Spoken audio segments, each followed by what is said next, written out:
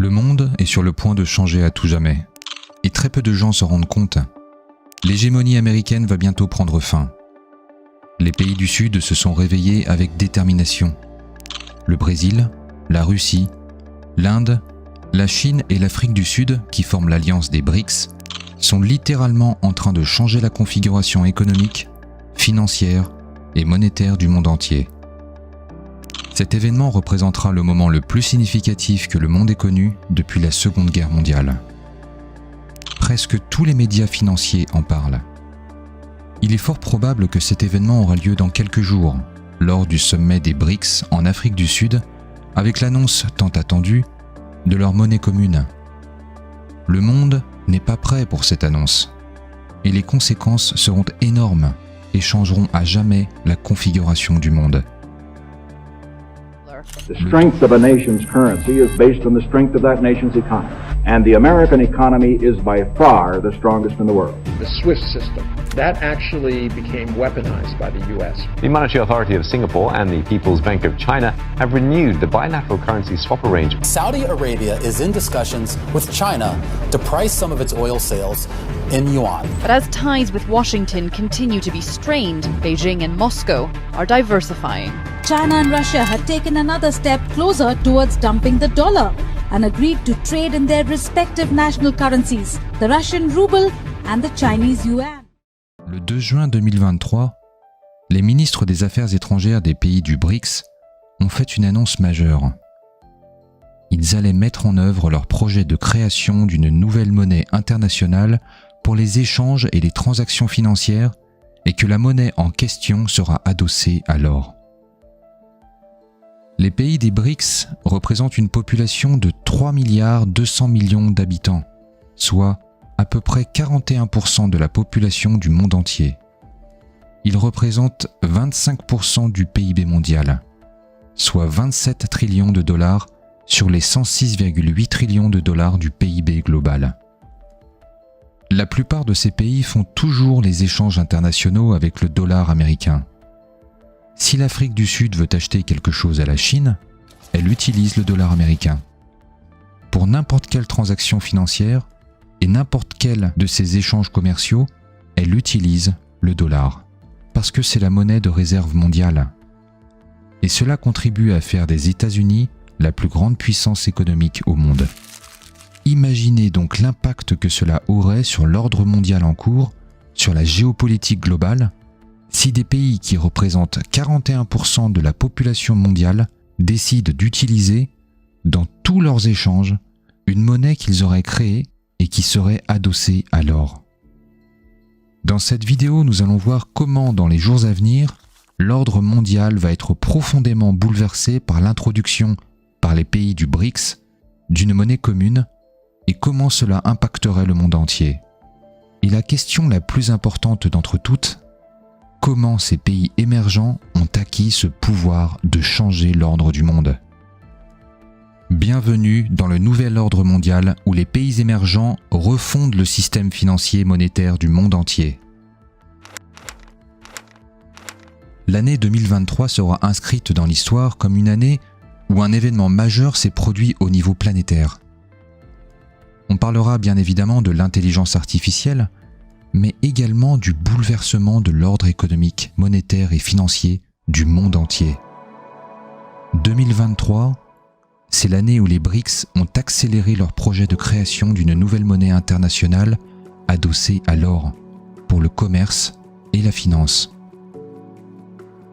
Actuellement, le dollar américain est la principale monnaie de réserve et de transaction internationale.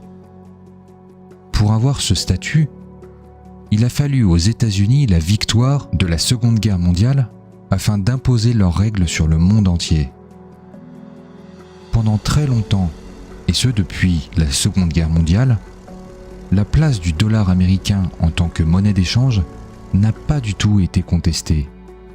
Si les Saoudiens voulaient acheter quelque chose à l'étranger, ils le faisaient avec le dollar américain. S'ils voulaient vendre leur pétrole, ils le faisaient avec le dollar américain. Presque toutes les matières premières, l'or, le café, le sucre, le blé, sur les marchés internationaux, sont cotés en dollars américains. Si vous voulez les acheter, il vous faut du dollar américain. C'est pour cette raison que partout dans le monde, les gens ne veulent que des dollars américains. Parce qu'on peut les changer partout. On peut l'utiliser dans des transactions internationales. Et aussi parce qu'il a également une valeur sûre. Les pays des BRICS, après avoir lentement acquis un pouvoir qui leur permet de ne pas être d'accord avec les configurations économiques et monétaires du monde, veulent changer cela. La Chine est devenue l'usine du monde entier, ce qui fait qu'elle est la deuxième puissance économique du monde. En moins de 40 ans, le pays des révolutionnaires communistes a réussi, selon la Banque mondiale, à sortir 500 millions de personnes de la pauvreté. Aucun pays dont toute l'histoire de l'humanité n'a réussi un tel exploit. L'Inde, le Brésil, l'Afrique du Sud essaient de suivre les pas et voudront, avec la Chine et la Russie, coordonner leurs efforts pour créer un ordre mondial plus équitable et représentatif. Et les États-Unis les regardent de très près. Et le mieux que l'on puisse dire, c'est qu'ils ne vont pas se laisser faire. Parce que le dollar, en tant que monnaie de réserve mondiale et en tant que monnaie d'échange, est leur outil ultime pour conserver leur statut de superpuissance. Celui qui gagne la guerre est souvent celui qui dicte les règles. Et les États-Unis, étant les grands gagnants de la Seconde Guerre, ont réuni les pays du monde entier dans une conférence organisée à Bretton Woods, aux États-Unis bien évidemment, pour tracer les grandes lignes du système monétaire international, et ce, autour du dollar américain, qui était la seule monnaie de réserve mondiale, la monnaie des échanges internationaux, et désormais, seule monnaie convertible en or.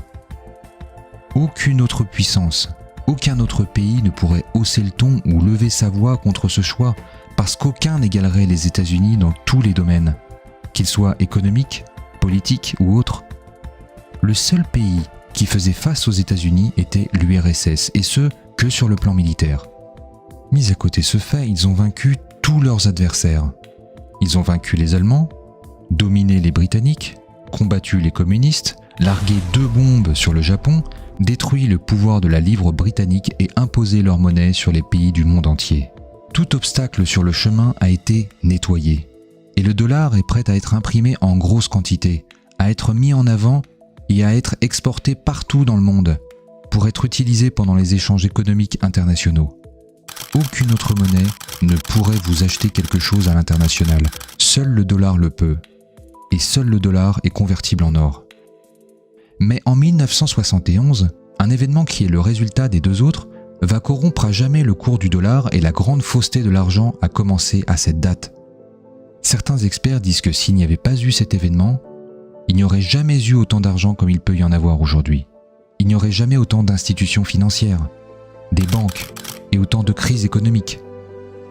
La guerre au Vietnam et l'instabilité économique aux États-Unis qui ont conduit à la politique qu'on appelle le choc de Nixon, qui va changer pour toujours le concept de l'argent. Les États-Unis se sont engagés dans la guerre du Vietnam pour combattre les communistes. Une guerre est très coûteuse et à un moment donné, les États-Unis n'en pouvaient plus. Ils ne pouvaient plus supporter les dépenses et il fallait un moyen d'urgence pour faire face aux dépenses qui devenaient de plus en plus importantes. Dans le même temps, il y avait une certaine instabilité économique aux États-Unis. Le dollar, vu qu'il était la seule monnaie convertible en or, était l'objet de spéculations financières. Voici un petit clip du président des États-Unis, Richard Nixon, expliquant les raisons pour lesquelles il a décidé de mettre fin à la convertibilité du dollar en or. In recent weeks, the speculators have been waging an all-out war on the American dollar. The strength of a nation's currency is based on the strength of that nation's economy. And the American economy is by far the strongest in the world. Accordingly, I have directed the Secretary of the Treasury to take the action necessary to defend the dollar against the speculators.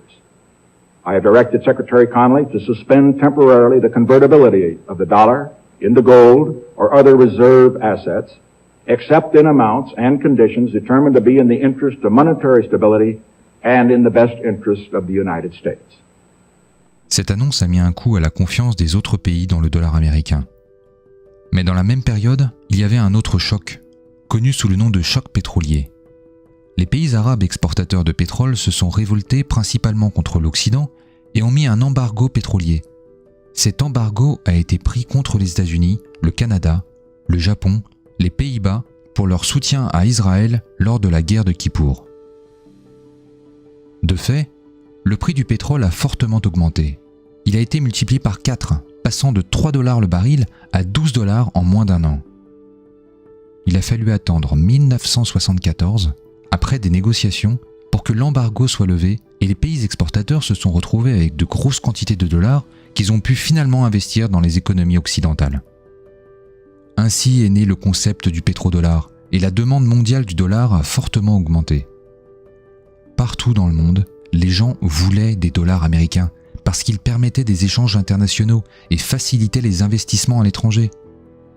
Dans le même temps, cela a contribué à renforcer l'influence économique et politique des États-Unis partout dans le monde, et les autres pays sont désormais très dépendants du dollar américain. Aucune autre puissance économique ne pourrait rivaliser avec les États-Unis. Ils ont tellement d'argent et d'influence dans le monde entier qu'ils ont financé la reconstruction de l'Europe après la Seconde Guerre mondiale, avec le plan Marshall. Ils ont pu financer toutes les ressources nécessaires pour mener la guerre froide et régner en maître absolu après la chute du mur de Berlin et l'effondrement de l'URSS, dont Vladimir Poutine qualifie de pire catastrophe du XXe siècle. La livre sterling ne pouvait pas rivaliser le dollar. La Chine n'avait pas assez de poids, ni économique ni politique, pour que sa monnaie pose un quelconque problème au dollar. La livre sterling a perdu son pouvoir. Le seul projet qui pourrait affecter la domination était l'euro, mais seulement à une échelle insignifiante. Et le seul pays qui pouvait concurrencer économiquement les États-Unis était le Japon. Mais bientôt, ce pays devient malade et mal portant. Pourquoi ces faits sont si importants ? Parce que si la monnaie des BRICS devient une alternative viable, cela conduirait à une diversification des réserves de change et réduire la demande de dollars, ce qui affecterait sa valeur, ce qui affecterait l'influence des États-Unis sur le monde, ce qui changerait l'ordre économique, financier et monétaire au niveau mondial. Jusqu'à aujourd'hui, la majeure partie des échanges internationaux sont assurés par le dollar américain. La majorité des réserves de change mondiales sont détenues en dollars américains.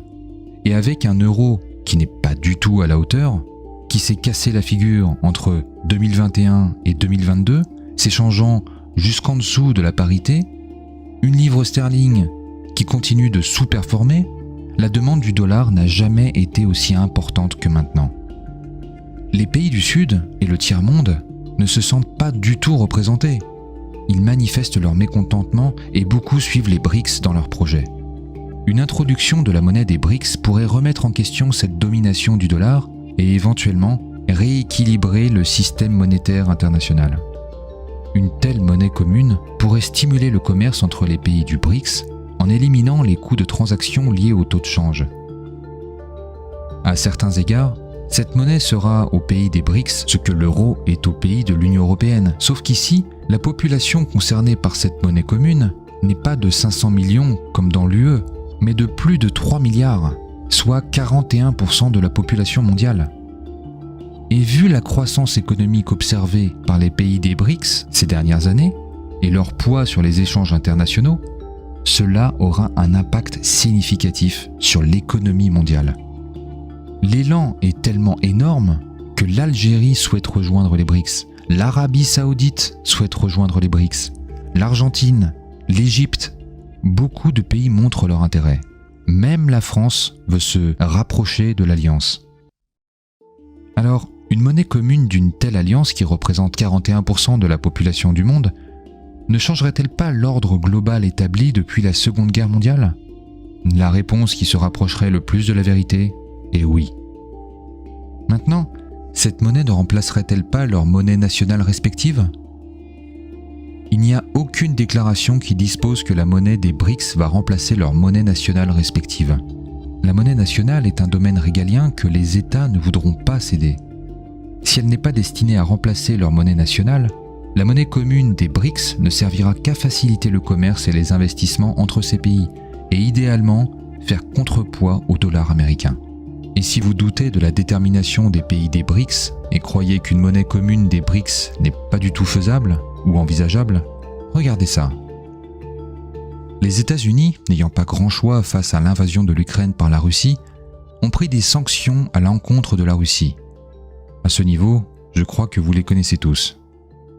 Ils ont utilisé le dollar comme arme de sanction contre la Russie. Ils l'ont exclu du système SWIFT pour les transactions internationales, l'ont privé des dollars pour les échanges internationaux et ont gelé les avoirs de certains Russes. Bref, tout un catalogue de mesures pour sanctionner la Russie. Les Chinois, les Saoudiens et les autres observaient de près et se sont rendus compte que, eux aussi, s'ils font gaffe, ils seront sanctionnés comme la Russie. Alors là, il faut vite trouver des solutions, des alternatives avant qu'ils soient eux aussi l'objet de sanctions. La Russie a demandé à être payée en roubles pour l'achat de son gaz. Le ministre des Finances saoudien a fait part de leur intention de vendre leur pétrole dans d'autres monnaies que le dollar américain. Les Chinois ont commencé à utiliser davantage leur monnaie, le yuan, dans leurs échanges internationaux. Et dans leur alliance, les BRICS ont créé spécialement une banque, appelée la Nouvelle Banque de Développement des BRICS. Ils ont également un fonds de réserve des BRICS.